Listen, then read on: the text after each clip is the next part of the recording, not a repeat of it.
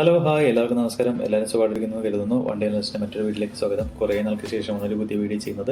സ്വിഫ്റ്റിന്റെ പുതിയ model gen 4 model ഈ മാസം ഏപ്രിൽ ലോഞ്ച് ആവുകയാണെന്ന് കേൾക്കുന്നുണ്ട്. ഒഫീഷ്യൽ അനൗൺസ്മെന്റ്സ് ഒന്നുമില്ല, എങ്കിലും ഈ മാസം തന്നെ ലോഞ്ച് ആകുമെന്ന് വിചാരിക്കുന്നു. അപ്പോൾ ഈ പുതിയ മോഡൽ ഇതിനു മുമ്പ് ജപ്പാൻ മൊബിലിറ്റി ഷോയിൽ അൺവെയിൽ ചെയ്തിരുന്നു. പ്രൊഡക്ഷൻ റെഡി മോഡലായിരുന്നു കാണിച്ചിരുന്നത്. ഇപ്പോൾ റീസെന്റ് ആയിട്ട് UK-ലും യൂറോപ്പിലെ മറ്റ് മാർക്കറ്റിലെ മോഡൽ ഓൾറെഡി ലോഞ്ച് ആയിട്ടുണ്ട്. എന്നാൽ ഈ മോഡൽ ഇന്ത്യയിൽ ലോഞ്ച് ആകുന്നതിനെ പറ്റിയുള്ള ഡീറ്റെയിൽസ് ഒന്നും കൊടുത്തിട്ടുണ്ടായിരുന്നില്ല. ഓൾമോസ്റ്റ് മാർച്ചിൽ ഇറങ്ങുന്ന സാധ്യത ഉണ്ടായിരുന്നെങ്കിൽ അത് കുറച്ചും കൂടെ പുഷ് ചെയ്തിപ്പോൾ ഏപ്രിലിൽ ഇറങ്ങുമെന്നാണ് പല വ്ലോഗേഴ്സും അനൗൺസ് ചെയ്തിരിക്കുന്നത്. ഇപ്പോൾ UK-ലും യൂറോപ്പിലും മറ്റു മാർക്കറ്റിലും ഇറങ്ങിയിരിക്കുന്ന മോഡൽസ് ഓട്ടോമൊബൈൽ ഷോയിൽ കാണിച്ചിരുന്ന ഏകദേശം സെയിം മോഡൽസ് ആണ്. അധികം ഡിഫറൻസ് ഒന്നും വന്നിട്ടില്ല.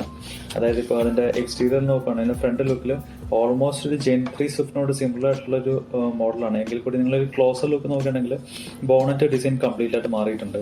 ഹെഡ് ലൈറ്റിന്റെ ഡിസൈൻ നോക്കുകയാണെങ്കിൽ ഒരു ജെൻ 1-ൻ്റെതായ ഒരു ടച്ച് എവിടെയോ ഒളിഞ്ഞു കിടപ്പുണ്ട്.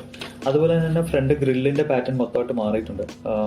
പെട്ടെന്ന് നമ്മൾ നോക്കുമ്പോൾ അത് മനസ്സിലാവണമെന്നില്ലെങ്കിൽ കൂടി ഒരു ക്ലോസർ ലുക്കിൽ നിങ്ങൾക്ക് മനസ്സിലാവും. കുറച്ചും കൂടി ഒരു മസ്കുലർ പാറ്റേൺ ലുക്ക്, ഗ്രില്ലിന്റെ ലുക്കാണ് വന്നിരിക്കുന്നത്.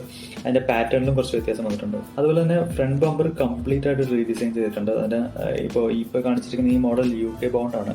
UK ബൗണ്ടിനകത്ത് ഫോഗ് ലാംപ്സ് ഒന്നും വന്നില്ല, ബട്ട് ഇന്ത്യയിലേക്ക് വരുമ്പോൾ അത് കിട്ടാൻ സാധ്യതയുണ്ട്. ജെൻ 3 സ്വിഫ്റ്റ് വെച്ച് കമ്പയർ ചെയ്യുമ്പോൾ 15 mm ലെങ്ത് ആണ് ഓവറോൾ കൂടിയിരിക്കുന്നത്. DRLs വരുന്നുണ്ട് പഴയതുപോലെ തന്നെ. പിന്നെ പ്രൊജക്റ്റഡ് ഹെഡ് ലാംപ്സ് ആണ് കൊടുത്തിരിക്കുന്നത്. ബട്ട് ഇതൊക്കെ നിങ്ങൾക്ക് അറിയാവുന്ന പോലെ ടോപ്പ് മോഡൽസിൽ മാത്രമായിരിക്കും ഈ പറയുന്ന സ്പെക്കൊക്കെ വരുന്നുണ്ടാവുക. ബേസ് വേരിയന്റിലേക്ക് വരുമ്പോൾ ഒബ്വിയസ്ലി അത് ഹാലോജൻ ഹെഡ് ലാംപ്സ് ആയിരിക്കും കൊടുക്കാൻ സാധ്യതയുള്ളത്. പിന്നെ ലോഗോ നോക്കുകയാണെങ്കിൽ ഇതുവരെ ഫ്രണ്ട് ഗ്രില്ലിലായിരുന്നു ലോഗോ വന്നിരുന്നെങ്കിൽ അതിപ്പോൾ ബോഡി പാനലിലേക്ക് മാറിയിട്ടുണ്ട്.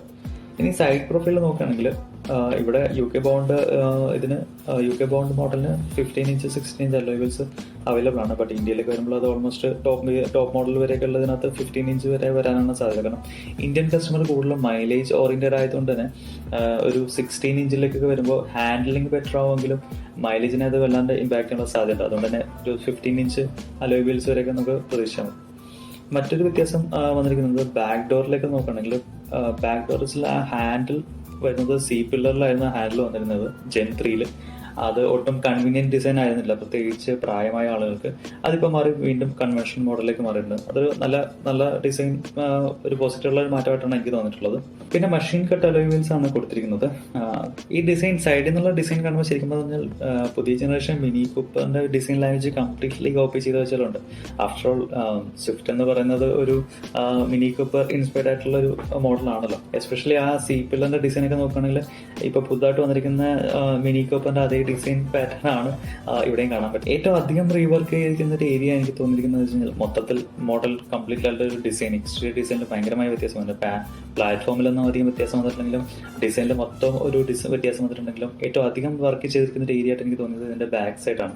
കാരണം എന്ന് വെച്ച് കഴിഞ്ഞാൽ ഇപ്പോൾ ജെൻ 1 സ്വിഫ്റ്റിൻ്റെതായ ഒരു ക്യാരക്ടറിസ്റ്റിക്സ് ഇവിടെ നമുക്ക് പലപ്പോഴും പല സ്ഥലത്തും കാണും. പെട്ടെന്ന് നോക്കുകയാണെങ്കിൽ ജെൻ 3 വളരെ സിമിലർ ആണെങ്കിലും അതിന്റെ ഡിക്കിയുടെ ആ ഒരു പോർഷനൊക്കെ വന്നിരിക്കുന്നത് ആ ഒരു ജെൻ 3-ൽ നോക്കുകയാണെങ്കിൽ ടൈലൈറ്റിന്റെ താഴേക്ക് ഒരു കർവ്ഡ് ആയിട്ട് അതിന്റെ ഡിക്കി ഓപ്പൺ ആകുന്ന ആ പോർഷനൊക്കെ ഒരു ബോഡി പാനലൊക്കെ വന്നിരുന്നു. അതൊക്കെ മാറി ഇപ്പോൾ സ്ട്രെയിറ്റ് കട്ടായിട്ടാണ് വന്നിരിക്കുന്നത്. കൂടുതലും എനിക്ക് എവിടെയൊക്കെ ജെൻ 1-ൻ്റെതായ ഒരു സിമിലാരിറ്റി തോന്നുന്നുണ്ട്.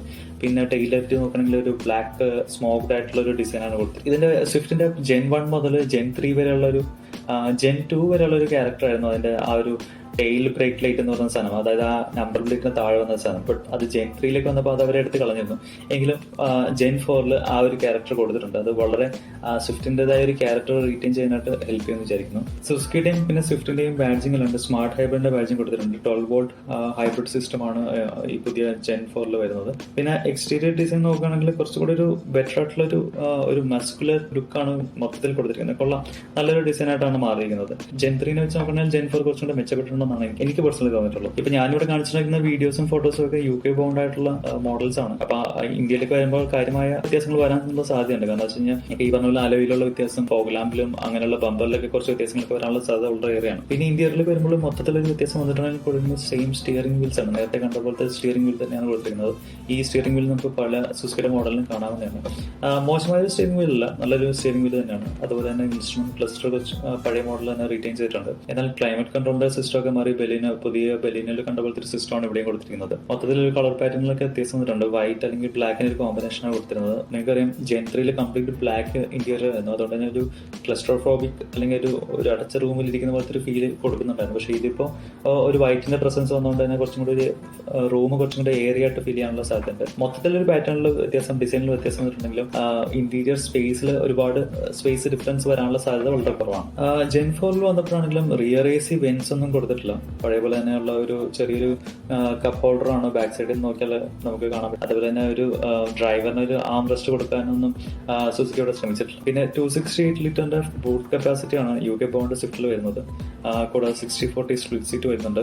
പിന്നെ 163mm ഗ്രൗണ്ട് ക്ലിയറൻസ് ആണ് ജെൻ 4 സ്വിഫ്റ്റിൽ ഉള്ളത്. പിന്നെ എഞ്ചിന്റെ കാര്യം പറയുകയാണെങ്കിൽ ജെൻ 4 വരുന്നത് Z സീരീസിലുള്ള എഞ്ചിനാണ്. K12 ഒക്കെ മാറിയിട്ട് ഇപ്പോൾ Z12E എന്ന് പറയുന്നൊരു എഞ്ചിനാണ് ഇവിടെ പുതുതായിട്ട് കൊടുത്തിരിക്കുന്നത്. 82 PS പവറും 108 Nm ടോർക്കുമാണ് ഈ പുതിയ എഞ്ചിൻ ആയിട്ട് ചെയ്യുന്നത്. പഴയ സ്വിഫ്റ്റ് ജെൻ 3 വെച്ച് കമ്പയർ ചെയ്യുകയാണെങ്കിൽ കുറച്ച് പവർ കുറവാണ്. എന്നാൽ മൈലേജ് കുറച്ചധികം വ്യത്യാസം വന്നിട്ടുണ്ട്. അതായത് 22 കിലോമീറ്റർ ആയിരുന്നു ജെൻ 3 ഈ പുതിയ മോഡലിനകത്ത് 24 ലിറ്ററാണ് കമ്പനി ക്ലെയിം ചെയ്യുന്നത്. സോ ക്ലിയർ ആയിട്ട് സുസുക്കി ഇതിനെ പ്ലേസ് ചെയ്യുന്ന ഒരു ഡേ ടു ഡേ വെഹിക്കിൾ എന്നുള്ള രീതിയിലായിരിക്കാൻ സാധ്യതയുണ്ട്. കാരണം എന്ന് വെച്ചാൽ ഇതിനകത്ത് ഇപ്പോൾ കൂടുതൽ ഇതിന്റെ പെർഫോമൻസിനെ പറ്റി കാര്യമാണെങ്കിൽ നമുക്ക് എന്തായാലും വണ്ടി ലോഞ്ച് ആകാനായിട്ട് വെയിറ്റ് ചെയ്യണം. അത് കഴിഞ്ഞിട്ട് നമുക്ക് എന്തെങ്കിലും പറയാൻ പറ്റുള്ളൂ. ഇതിലിപ്പോൾ ഒരുപക്ഷെ ഇതിനകത്ത് വരാൻ വേണ്ടി പോകുന്നത് AMT മാറി CVT ട്രാൻസ്മിഷൻ വരാനുള്ള സാധ്യതയാണ് ഉള്ളത്. അല്ലെങ്കിൽ AMTയും CVTയും കൂടെ ഒരുമിച്ച് ഓപ്ഷനായിട്ട് കൊടുക്കാനുള്ള സാധ്യത വളരെയേറെയാണ്.